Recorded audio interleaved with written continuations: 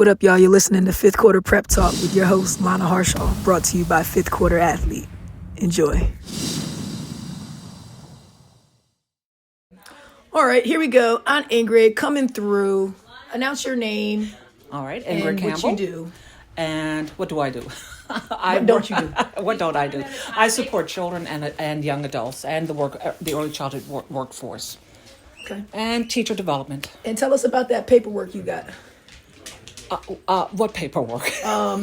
Master's degrees, doctorate degrees. Yes. My specialty is education, but it goes from early childhood all the way to higher education. Okay. And my focus is on college retention and the opportunities for individuals to find their way through the maze without owing $10,000 beyond their limits. Okay. And everything else. So we were just sitting having a conversation at a casual family get-together, and it always turns into business when all of these great minds are alike. So I was just telling Aunt Ingrid about Fifth Quarter Athlete, some of the modules and programming that I'm building out, and she has some very, very, very insightful thoughts on how athletes transition out of sport and school and deal with the identity issues, almost like it's like an identity crisis.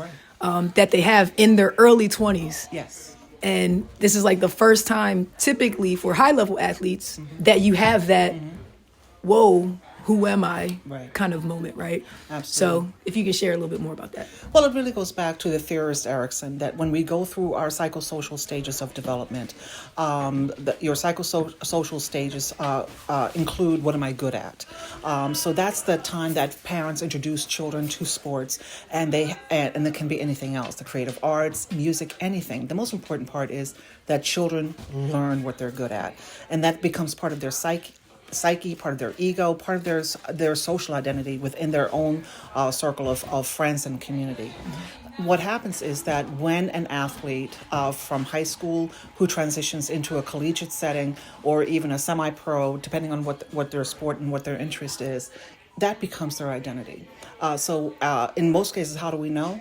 When you're first introduced to someone, how do they introduce themselves? Right. Yeah. And it's usually by their related interest. Absolutely. So that's how you know that they're firmly entrenched.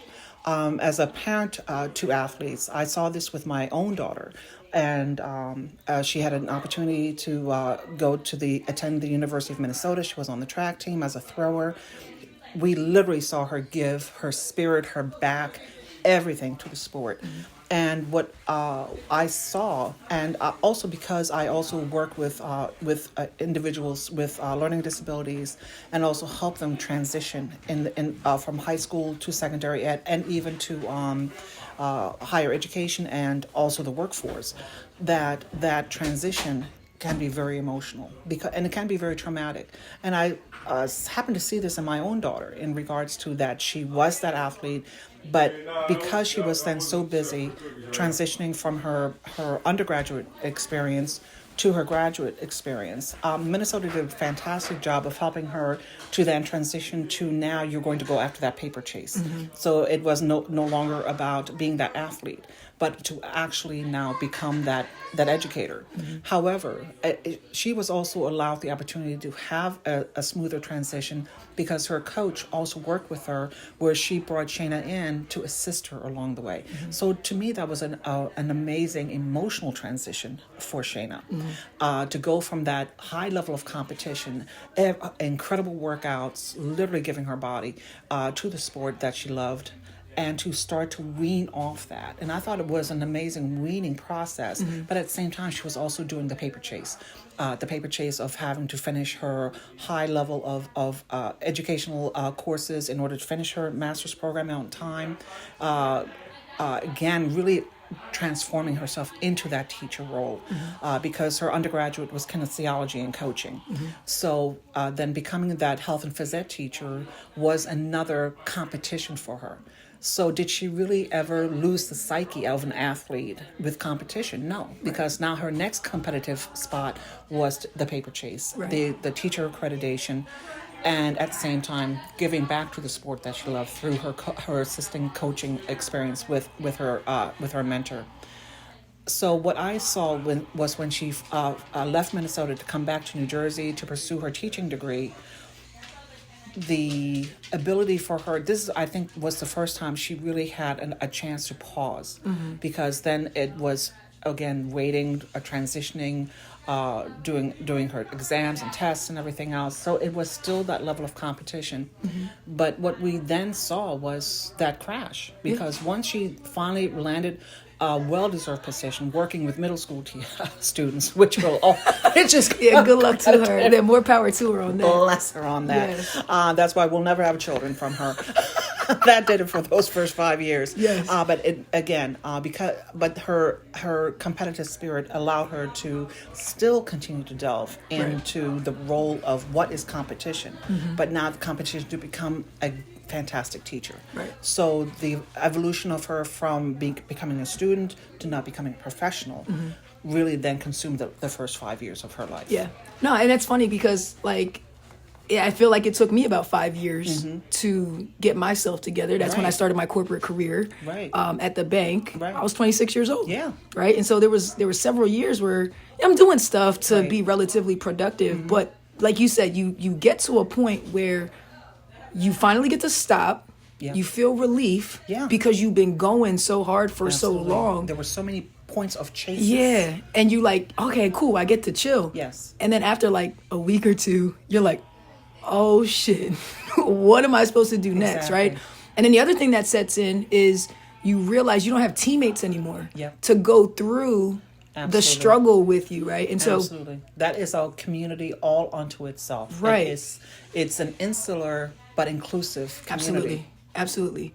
But once you leave it, You're like, wow. And, I tell people all the time, the friendships and the bonds that you build with your coaches Absolutely. and your teammates Absolutely. and anyone who is supporting your program. Yep. It's an amazing thing. And when you look back on it, you really appreciate it because it's never like that ever Right. again. Right. And I think like the realities of that sets in, and that's where now you go through this emotional shift. Yes. And where, it gives the potential for depression to creep in. Yes. Certain habits that were based around your physical fitness and your mental wellness, Exactly. right? Those outlets aren't there anymore. Exactly. You don't have the directives of coaches Yep. or trainers telling you Exactly. to get into the gym. And Yep. you're not motivated by like, I got to show up as the best version of me Right. in order to like make my deposit or contribution to the team. Exactly. So you're like battling through this entire thing. And there's moments where you just feel like you're on your own. Yeah, Right? Because again, it is because of the insular community only allows you to communicate with certain people who would truly understand what you're talking about. Right. Just like our military service individuals. Absolutely. Everyone says thank you for your service, but no one except that 1% truly understands Correct. what people go through Right. serving, no matter what branch of the service. And that's the same for athletes. Yeah. No matter what level, what caliber, the spirit of competition is always with them. And then how do I reformulate my identity? What is next? As I also take on the roles of what society expects from me. Right. Am I to be a partner, a life partner? Am I to be that professional? Am I to parent? Or am I a caregiver? Right. All the other roles that we also take on, they also then begin to impact that identity. See ya. We're recorded, but you're good. All right, good. Good break. So I guess like from your professional perspective, this is a really good conversation. Like, I'm really excited we're having it and recording it. From your professional perspective, what are the key, because I really want fifth quarter athlete to be about mentorship. I really Yes. want it to be about providing resource. So I'm Yes. building out like a mentors network of Yes. former athletes Absolutely. to do just what you said, Right. to be able to speak to that specific experience, Yeah. right? And it is that give back. It is that community service, Right. like that community impact that you're making. I think that helps you, it helped me get out of it, right? Right. It was like, I need to do something to help people. Right. I think that was like the first thing that came to me. Like, Absolutely. I'm gonna like get myself out of this. I will Right. work out of it, but I need to do something that like is bigger than me. And this project Yes. to me is also bigger than me. Right. And it's something, again, I'm very obviously passionate about it because it impacted so much of my life. Absolutely. You know what I mean? Absolutely. I think I finally this year will cross over to a point where I've actually not been an athlete as long as for more of my life than I was. And that's a profound milestone for you. It really is. Like, I thought, I was like, damn, like, Right. I played basketball for 15 years. Yes. And, granted, it's 5 years old, but like I was Lana, the basketball player. And you were identified within your community. Think about every time someone interacted within your circle. The circle of influence starts from your home, your neighborhood, your community. Everyone identified you as that athlete from a very early stage of development. Yep. So at the same time, as you said, having the ability to transition to go into corporate America, and again, I being one of the aunts who saw your progression, also seeing that the level of competition just transferred from one realm to another. And once more, you really were in that competition of the paper chase, that within your workplace, the idea that they had incentives. So they were very smart because again, they were about developing employees and developing the brand for the bank. And you were that perfect model because you got it. It made sense to me. I think that's why you stayed so long. Because you saw achievable and attainable goals as any athlete would. Right. So a big piece in making that transition and making it healthily in a healthy manner is identifying, I think, your strengths and weaknesses. Absolutely. Right? Because I think you start by answering that question, who am I? By just breaking down your person. Right. Like one of my coaches used to always say, break it down to the ridiculous. Like it was one of those things that like, what the hell are they talking about? Like, what are they talking about? Absolutely. Right? Yeah. Go to the micro. Exactly. Why? It's that continuous question of why, right? Layers in. So I do think that one of the actionable items is to do an inventory of your skill sets, your characteristics, your likes, your wants, your needs, because you really, you can't put a plan together if you haven't identified those things. I think one of my missteps early was just kind of operating in an assumption that this is what I am, this is what I do, right? And just kind of going for it. Now, it absolutely worked for me, right? But as I reflect now, there's more intentionality that comes into play with the decisions that are being made, with where I choose to spend my energy. I have I think now getting out of the corporate space now for almost 2 years, right? Over 2 years. Now I'm starting to even reframe that mentality. Very much so. Which is another transition into this, right? Absolutely. And so I think there's so many levels. We talk about this all day. But on your side, like I said, what are some additional actionable items that you would recommend for people who are in this subcategory of athletes? Because you're still an athlete at the end of the day. You never lose that. You never lose that. You never lose the passion. It transfers into other energies. Right. That's what we have to be careful about, to both promote and also to have as a cautionary tale. One component that I always like as a mentor, and I've used this for my college students who were transitioning, individuals who come to me at 40 and say, Dr. Campbell, I'm at crossroads and I don't know what to do. I use the SWOT analysis. So the SWOT analysis is used in Fortune 500 companies, and it is really the opportunity for a company, but also an individual, to look both inward and outward. So the SWOT stands for strength and weakness. And that's internal. And then opportunities and threats, external. I've used that to really help, or I would recommend that as part of that transition phase, because the individual has to know their own strengths, their own areas that they'd like to continue to work on. I don't like the word weakness as much as I'd like to work on these, because we're lifelong learners. But then definitely as you're looking at the transitions, and I use that with my own daughter, much less anyone else whom I've supported over the years as a mentor. Definitely, what are the external opportunities as well as the external threats that can again be a hindrance or an inopportune moment. So again, projecting yourself out, and then use that SWOT analysis, because that becomes then your guiding post to further conversations, to seek out the mentors, and also to develop your voice. Because as we transition, we have to find out who we are and to be able to effectively articulate to someone else what your needs are. Absolutely. Because when students come to me or anyone comes to me, the number one question I have is, what is your need? And so often I find people are tell me a life story, and they are never able to get to that need. Yeah.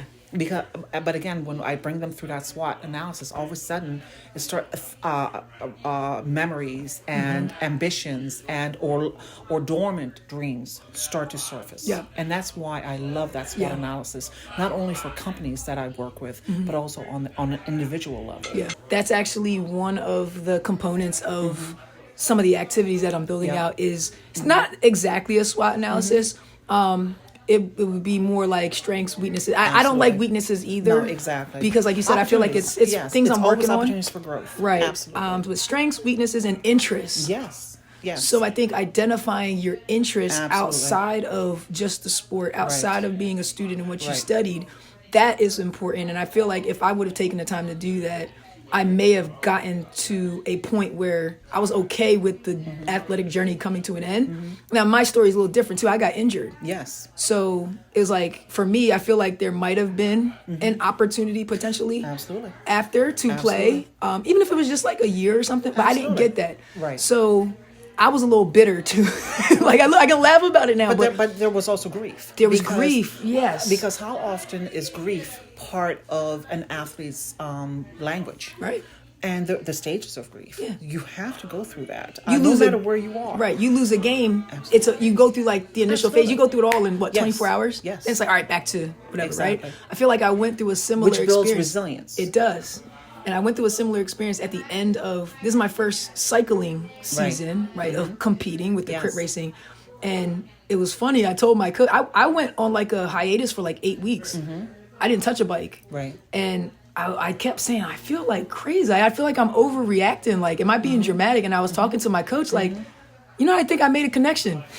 She's like, okay, we love a good breakthrough. I was like, I think the seasons always kind of came to an end, but that was just a pause, right? And you have a couple weeks off maybe, and then you're right back into off-season workouts. Right. So you don't really get a ton of time to go through the fact that this thing has ended, and you reflect on it, but not to I think the degree that you do now as an adult when that sport's not there.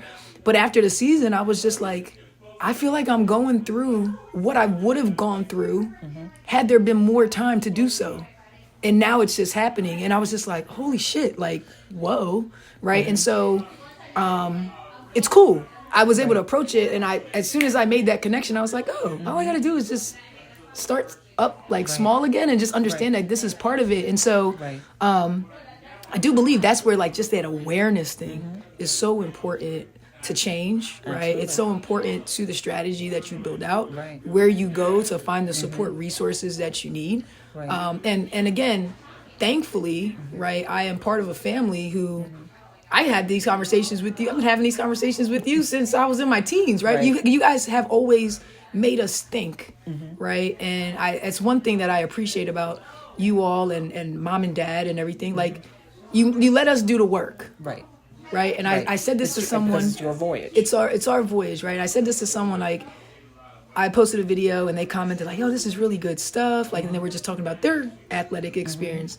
I'm gonna end up bringing them on the podcast, which was cool. Right. And I was just saying how I'm so glad that sports were encouraged by our family. And then the next step of that is that they let our coaches coach us. Right. So you get that different perspective because mom and dad's discipline and helping you grow and mentorship looks different than outside external coach, right? And mom and dad have always been the biggest advocates, just like you have always advocated for Sean and Shayna. And you always will, and you guys still advocate for us now, but they let our coaches coach. Absolutely. So I think what that taught us, probably subconsciously, was that leadership's going to come from different places. Very much so. You still have to hear the message. It may be a different style of leadership. Don't focus on how it's being said, but focus on what's being said. Very much so. And understand that different perspective is needed. And is absolutely necessary for growth. Right. And so, again, just like I reflect a lot on the athletic journey because so much of the foundation's principles, everything, work ethic, discipline. Very much like, so. People are like, how can you get in the zone and do? I don't know. You just flip the switch and you just go into the space. But it's articulating it's equivalent to asking Alvin Ellie, how do you create these amazing choreographies? And he would have said the same response. It's internal. It just occurs. It's just in you.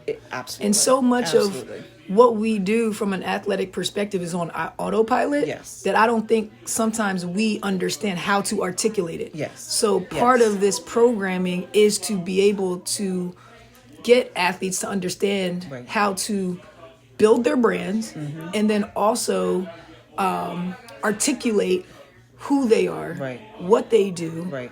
and understand that like you're much more than just a title, right? Right, And because this can go on forever, right? Right. You get into a job, Yeah.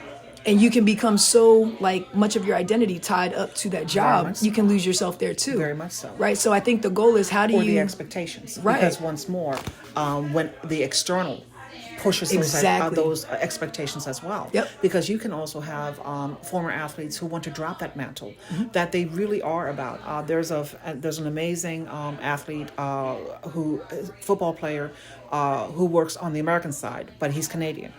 He's a medical doctor. Mm-hmm. Yeah. And his focus was, and I would love to research him because it comes back down to his focus was, I'm going to be a medical doctor through sports. Mm-hmm. And how he was able, even because he was interviewed during COVID, he never lost focus that his residency mattered more than his athleticism.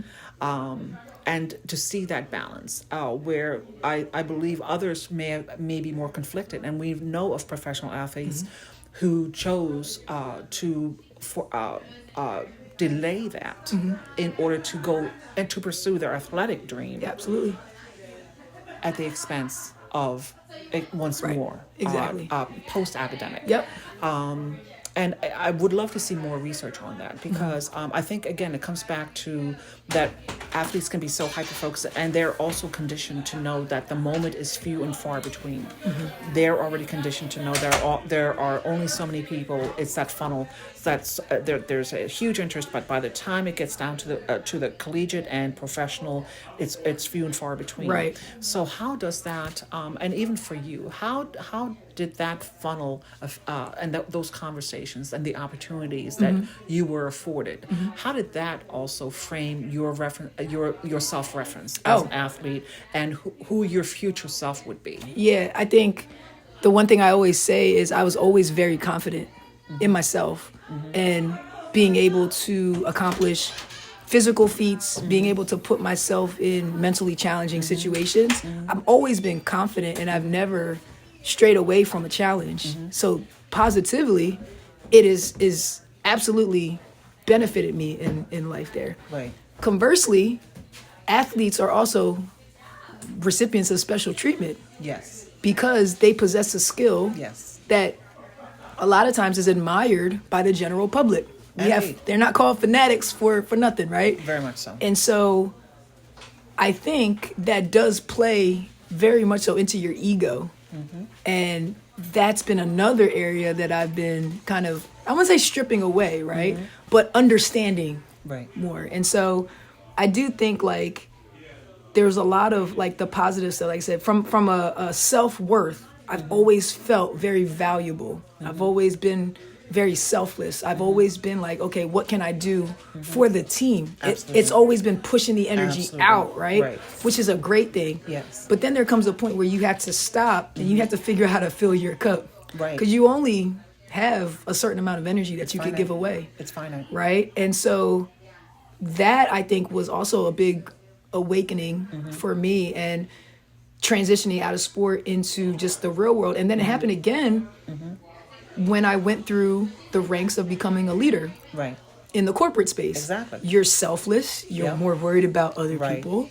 Your priorities become pushed to the wayside. Like they say, don't take your work home with you, but it's hard, right? Right. Sometimes people are dropping some heavy stuff on you. Absolutely. And as a manager, right, it's your job to, or a leader is what I will say. Exactly. Because anyone can be taught to be a manager, but as a leader, you know, there is a degree of empathy that you have Exactly. for these people, right? And you get so caught up in that. And honestly, the moment I left my corporate role and kind of pulled myself out of the people leadership space in that capacity is when I was able to, the last 3 years, focus on my health journey.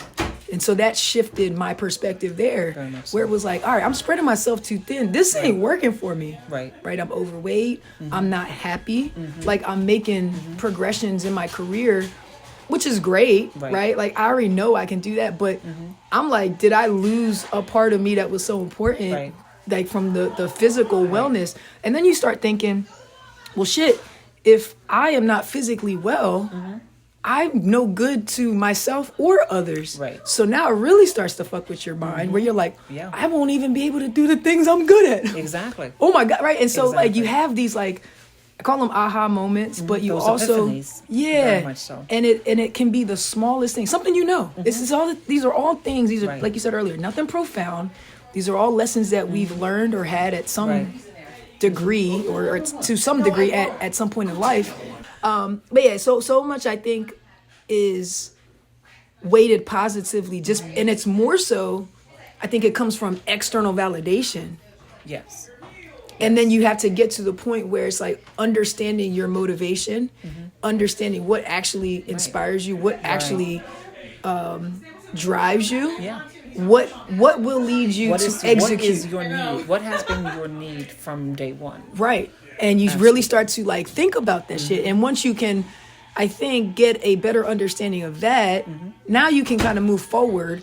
It doesn't resolve all the issues, No. right, at the moment. No. But it gives you a little bit of sense of clarity, I think, in that moment that you need in order to much make so. a change. Very much so. And so, I mean, I think, again, to circle back to answering the question, I think there were so many great attributes, again, the confidence, the trust in yourself, Right.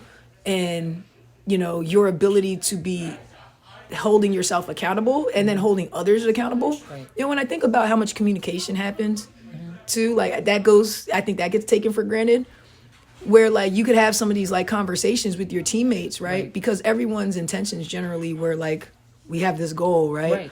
We're all moving in this direction.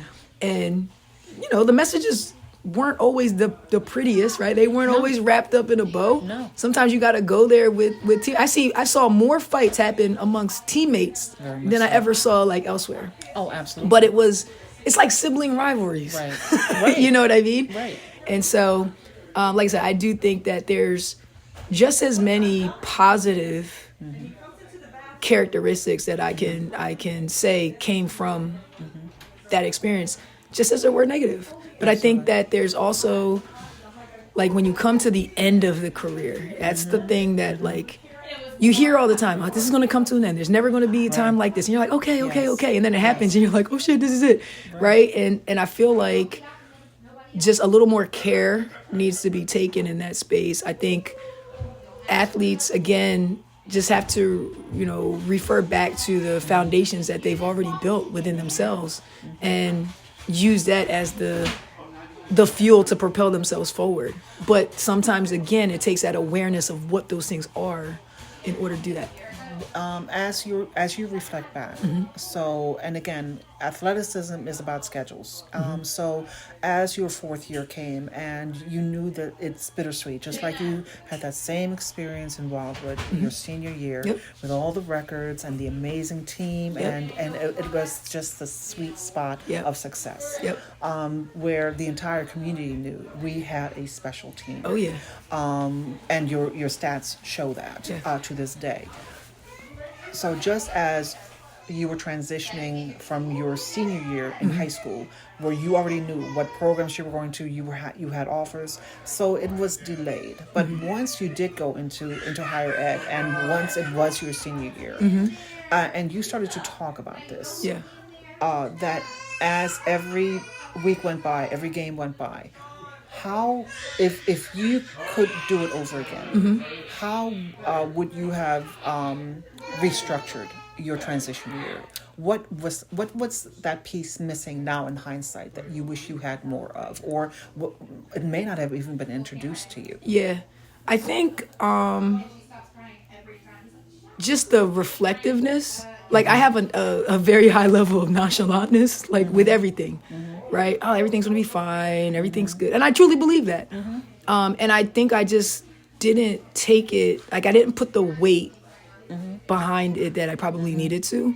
And it was very, like I said, it was very nonchalant. Like, oh, it's going to be good. Like, next phase. Like, I'm excited about it. Yeah. So I think just for me, looking back, just a little more thoughtfulness around my approach. Same thing, like, I say this about my actual collegiate recruiting experience too.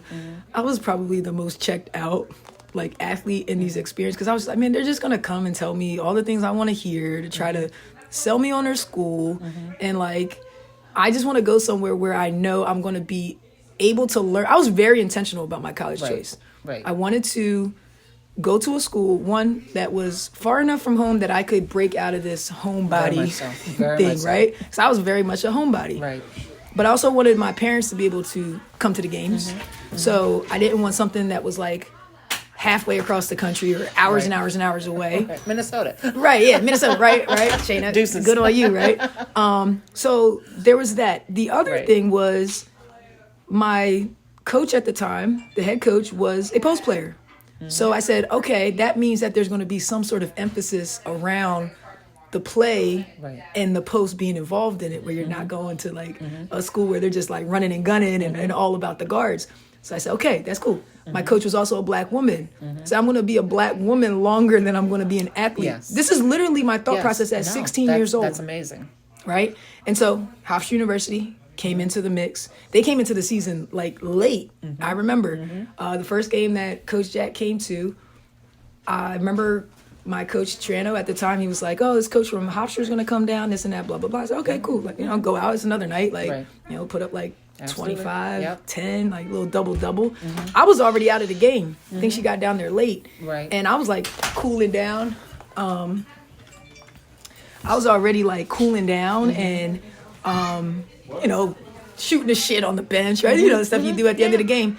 And she walked in and my coach was like, all right, you got to go back in. I was like, oh, come on. So I remember I went out there, made a couple shots, this and that. And then I was like, are we good? Like, are we done? Like, are we done yet? In my head, I was just thinking, don't they have film and stuff? Like, I don't know. Like, this is the way I approach that naivete, but also, right. And so, but that comfort zone that you have. Yeah. And so, again, I just think I would have probably been a little bit more engaged with the process. I think I slipped into a space of denial, even leaving high school, because high school, once you get out, you're not going to have those same relationships with your friends. And like you alluded to this, we won state championship after state championship, South Jersey titles, conference titles, and not just across one sport, right? Like we had success in several sports. I played soccer, basketball, and softball. Right. And so I experienced a lot of winning at the time. And I was just like, man, this is just like, I don't know how many people even experienced that from a high school. Right. And I was like, it ain't never going to be like this. Nope.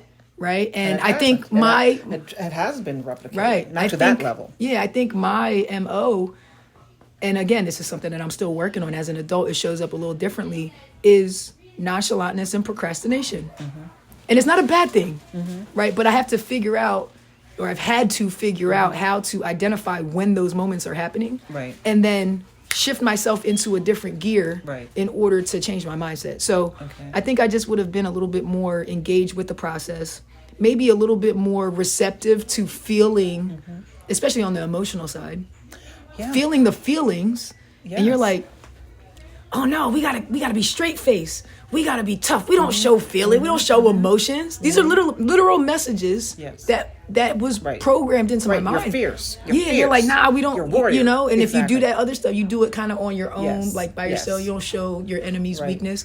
And that was the approach for the longest time. And again, I don't think that you understand that context is important. You know what I'm saying? So the understanding that like that one size fits all blanket approach isn't even the same within the athletic space. You know what I mean? And so just being a little more engaged, maybe allowing myself the ability to be more vulnerable and accepting of what was going to happen. Because I think, again, it led to this, I think you said earlier, cognitive dissonance. Yes. Oh, no, I was talking to, but there's a cognitive dissonance. Absolutely. And it was just like, we'll deal with that on another day. But what happens is another day turns into a month, Right. And then another month turns into a year. Yep. And then another year turns into 10 years. And I'm Absolutely. still not over the fact that this experience has come to an end, or I still haven't reconciled with who I am as a person. Right. And now it's much harder because you got 10 years of that bullshit. Exactly. You know what I mean? Exactly. So I think that's my response. Yeah, I think that's where I would go. Another question I have for you. Yeah. Living the Division I experience that very few individuals are able to across the American population. Understanding that team psychologists come with many Division I programs. What was your experience? Did your particular program utilize a sports psychologist? Were you aware of that individual? And how were you and your teammates able to approach this individual? Yeah. As a resource? Yeah. So there has been, I will say this, there has been a huge shift in my opinion, the importance of mental health just across society and specifically in sports. So I wouldn't say that mental health was as prioritized back then. And it's been it's a short time, but Right. I think the acceleration of where we are now compared Right. to then has been like crazy, but in a good way. Right. We did have a team or athletic department, like sports psychologists that we Right. work with. We did interact with them frequently. And there was a challenge that I was dealing with in college. And I remember my coach was like, I want you to go see this therapist. But back then it was still taboo. I'm like, Okay. my coach thinks I'm a psycho. Right. Like as a kid, that's my first thought, Right. right? You Like, felt I'm vulnerable. Yeah, I'm like, I'm dealing with this shit, and now my coach thinks I'm crazy. Okay. That was my initial thought. No, and so that's- I'm mad. that's I'm like, that's an honest response. but now I'm not mad because Right. of like I'm mad for all the wrong reasons. Right. Like this Right. is help I actually need. This is an adult who's like recognizing Yes. this and trying to help me. Yes. So I remember I did go to see the therapist. I went for one session. And it was cool because I was able to like get some stuff out. Not a lot. I wasn't very open. I wasn't open to the experience. Guarded. Yeah, I definitely was. I think my initial appointment, it came up and I canceled it. I was like, I need to come in a different time. And then my coach was like, did you go? And I was like, nah. So you controlling the variables. Yeah. Interesting. Again, that cognitive dissonance of Absolutely. like, Absolutely. nah, we'll deal with this on another day. Yes. When I'm like in the shit and I'm like, nah, I really need Yes. like help. Yes. But there's, again, so much of you is programmed to like, you figure it out. You just figure it out. And the last thing you want to do is ask for help because, like you said, you don't want to show the vulnerability. You don't want to show like this weakness. And now I've come to understand that like, if you're not getting help along the way, it's detrimental to the progress that you're Right. going to make. Like getting help and utilizing your resources equates to speed. That's what we all want.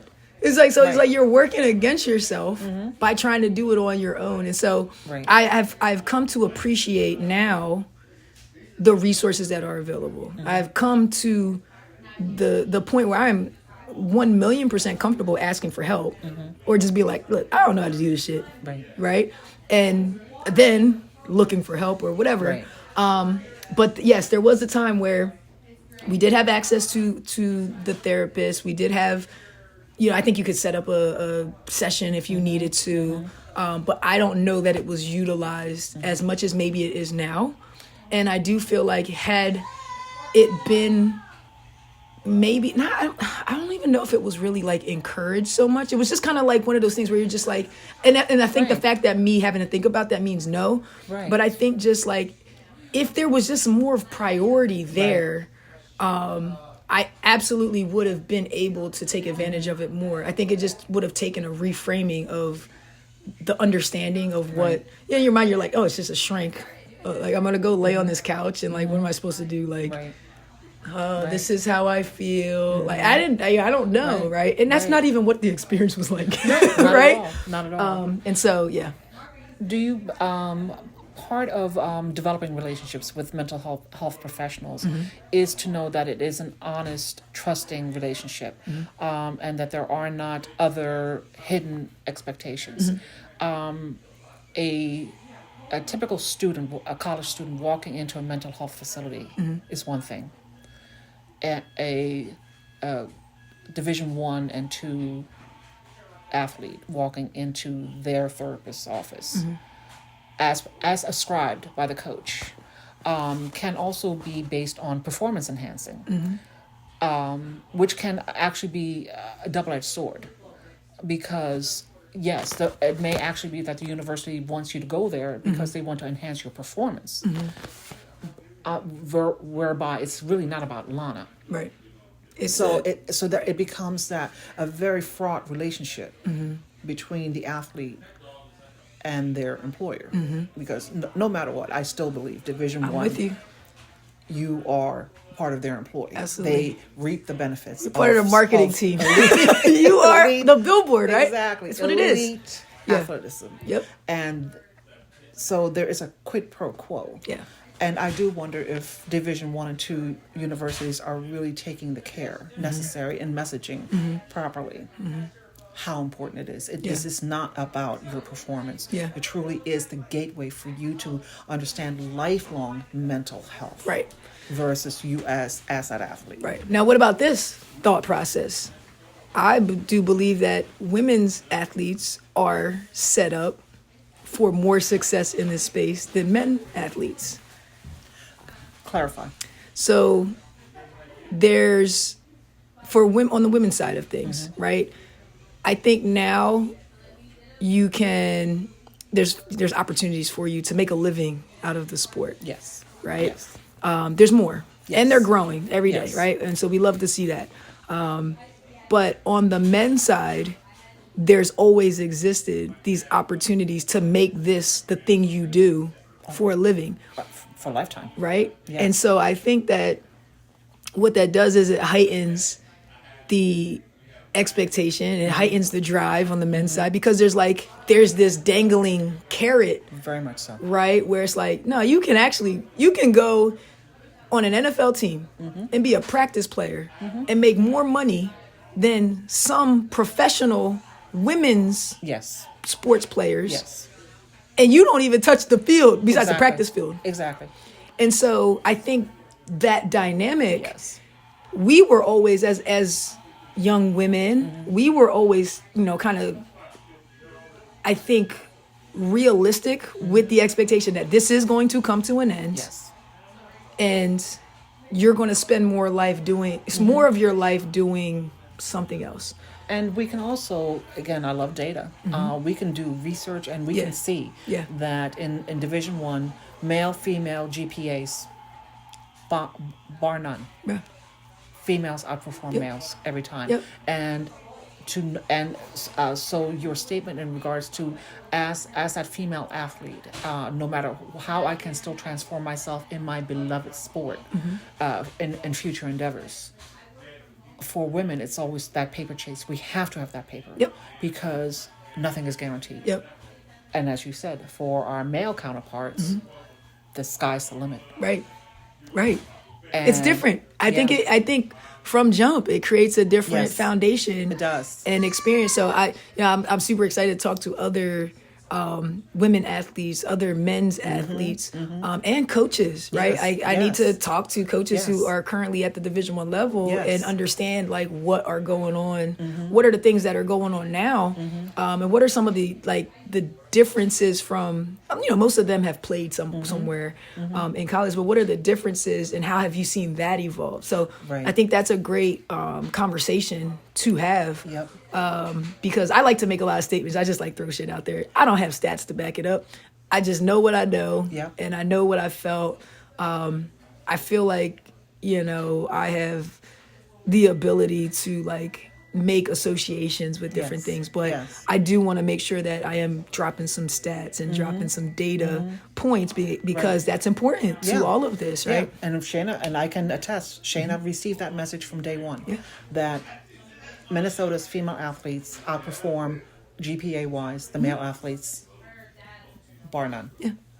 Yeah. And it's just like, it's a totally different game that women athletes are playing when they Right. get out of the world Yeah. versus men. Like, society is just set up that way. Yep. We don't have to accept it, but society is set up that Right. way. We So, work the same amount of hours, but yet our hours don't stop the moment we walk into our homes. right.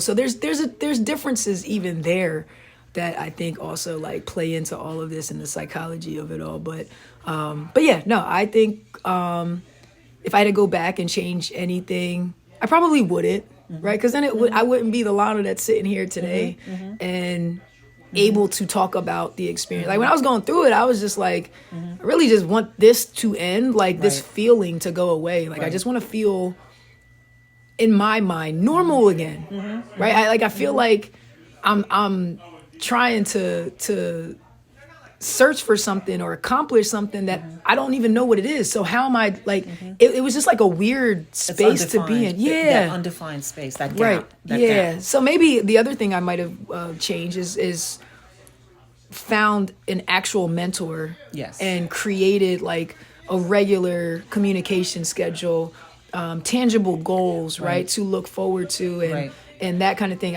Later in life, I have a mentor now, right? Right. And Right. and my mentor, I think, like, the universe and life will give you everything you need when you need it. And so, Right. when I was transitioning out of corporate, I met my mentor first day on the job at my next professional setting. This was my confirmation, whether Right. it was me or if Right. it was the corporate setting. I Right. like to put myself through tests too. Yes. And we met day one because we started the same day. I knew immediately, like, oh boy, this ain't gonna last long, right? And we just kind of developed a bond over Right. that initial Right. like assessment of Right. the job, and we've been really tight ever since. Exactly. And I'm able to. She's a little bit older than me, but I'm able to bounce everything off of her, like, especially the areas that are important to me when it comes to personal professional development, Right. when it comes to business, Right. managing business partnerships and relationships, and like leading employees in an entrepreneurial setting versus Right. a corporate setting. Right. And so there's so many things that, like, I'm so thankful for Desiree. That's who it is. So shout out to Desiree, Des.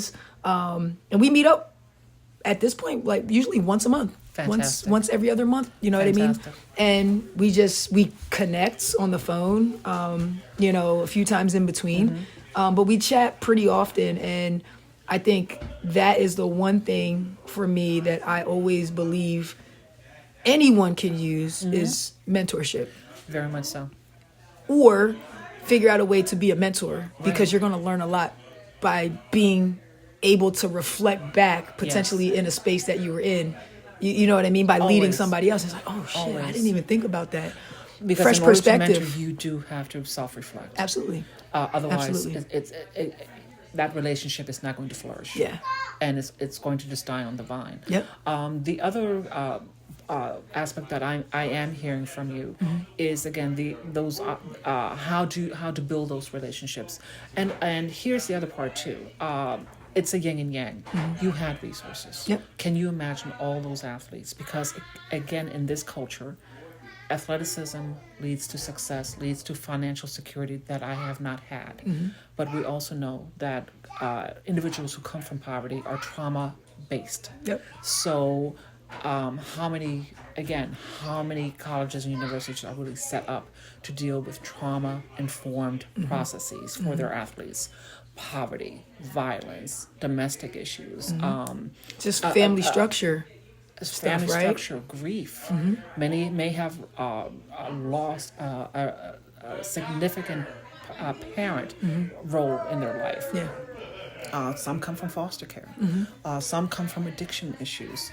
So can you imagine what your life would be like if you came from that side of the yang? Right. And all the roles and Jung talks about the masks that we wear. Yeah. So the athletic mask that we wear, but Yeah. at the same time, the vulnerability Yeah. and the inability to figure out who you are, but yet you have to meet the expectations Oh, okay. There's a baby. of There's a the- child. All right. of what everyone else is expecting of you. Right. Along the way, we know something has to give. Right. Something has to give. Right. And your voyage demonstrates that, given all the resources, given all the experiences and all the mentorships you've had throughout your life, you still had to deal with the pivotal changes and will continue to. Yes. But can you imagine how much more difficult it is if you didn't have those advantages? I can't. And again, thankfully I don't have to, right?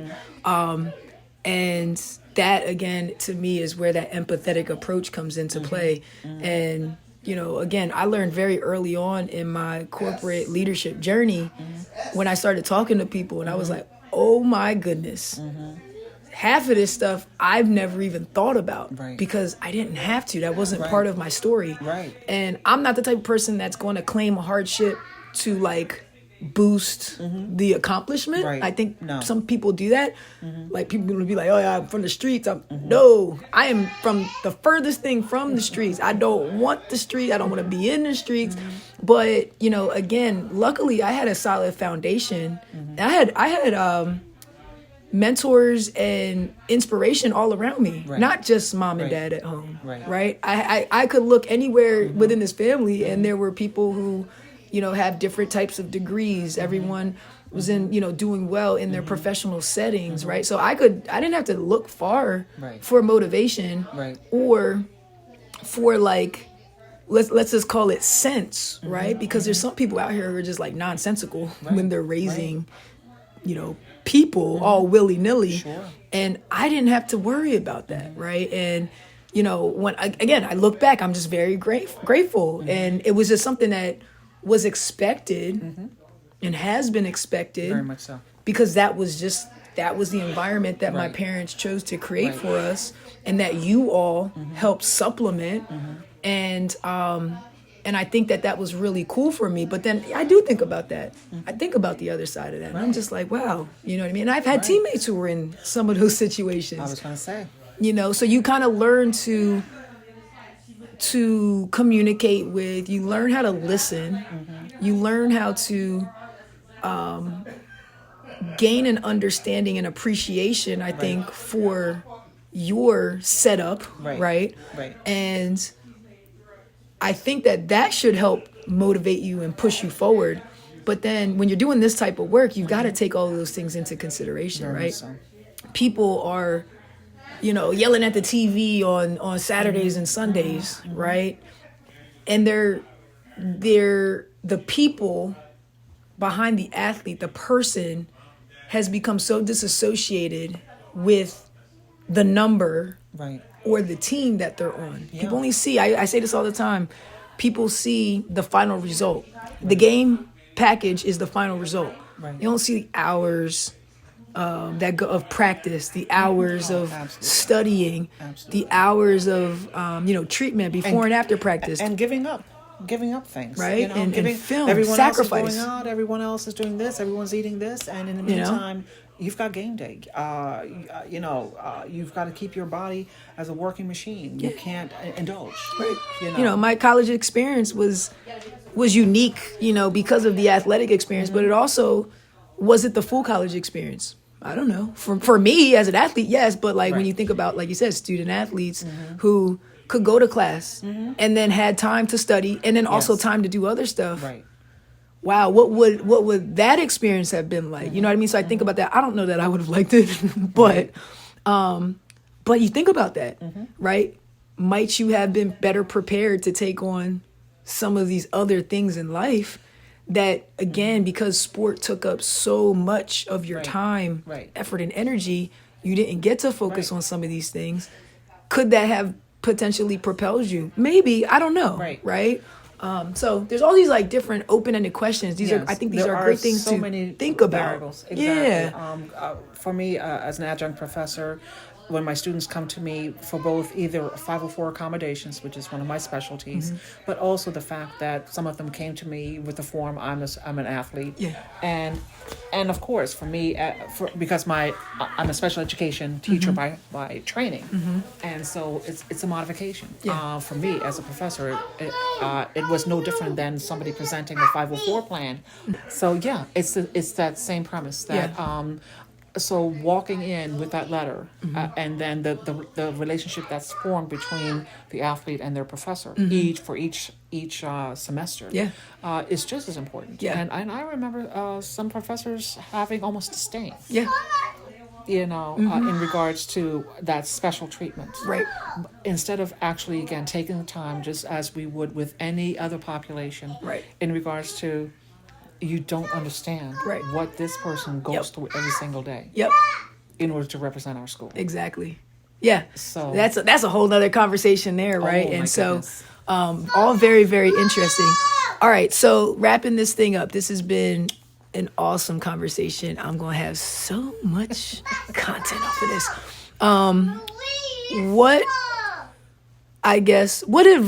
What practical advice do you give, just in general, whether they're student athletes or just students, for young adults to always continue to move forward and progress in life in a comfortable manner? So like what are, this is one piece of practical advice that you would give from all your years of experience, your life experience, your educational experience, all of those good things.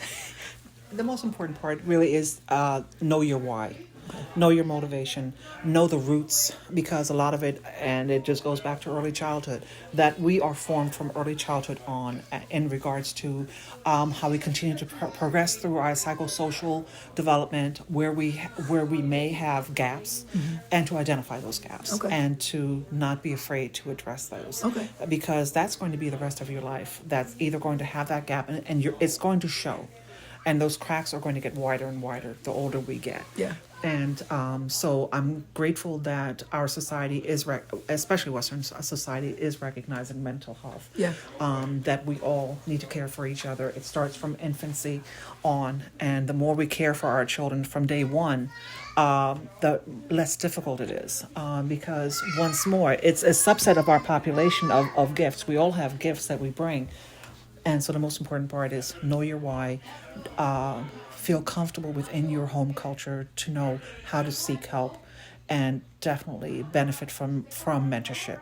The best part of parenting is that I have been able to have my children be exposed to various mentors, because that's the gift of parenting, because we're not all the experts. The idea is it does take a community in order to raise healthy and productive children, Right. and to let those mentors be the gift along the way. I love it. Awesome. That's it, y'all. Dr. Campbell coming through, dropping some knowledge nuggets with a grandchild on her lap. You might have heard the little purrs coming from the little one. No, thank you. Thank you. This is great. This is an awesome conversation. We'll look forward to continuing the dialogue. Absolute pleasure. And I really want mental health to be a big component of this thing, right? Yes. Like fifth quarter prep talk. Like there's a degree of motivation, right? Like that pep talk aspect, but then also like when you think about preparing for games, preparing for competition, those type of things. Like there's so much thought that goes into it. Scouting reports, film, watching yourself. So like to me, it's just really finding the what's it called, the commonalities between the practices of being a high level athlete, and like you said, how it applies into the real world scenarios. So, and that's self-care. That's it. Absolutely. That's it. Thank All right, that's it, y'all. See y'all later. Thank you. Say hi. Thank you for tuning in to another episode of Fifth Quarter Prep Talk. Don't forget to like, subscribe, and share our channel. Follow us on Instagram and Facebook at Fifth Quarter Athlete to stay up to date with the latest and greatest Fifth Quarter Athlete news. Be easy, y'all.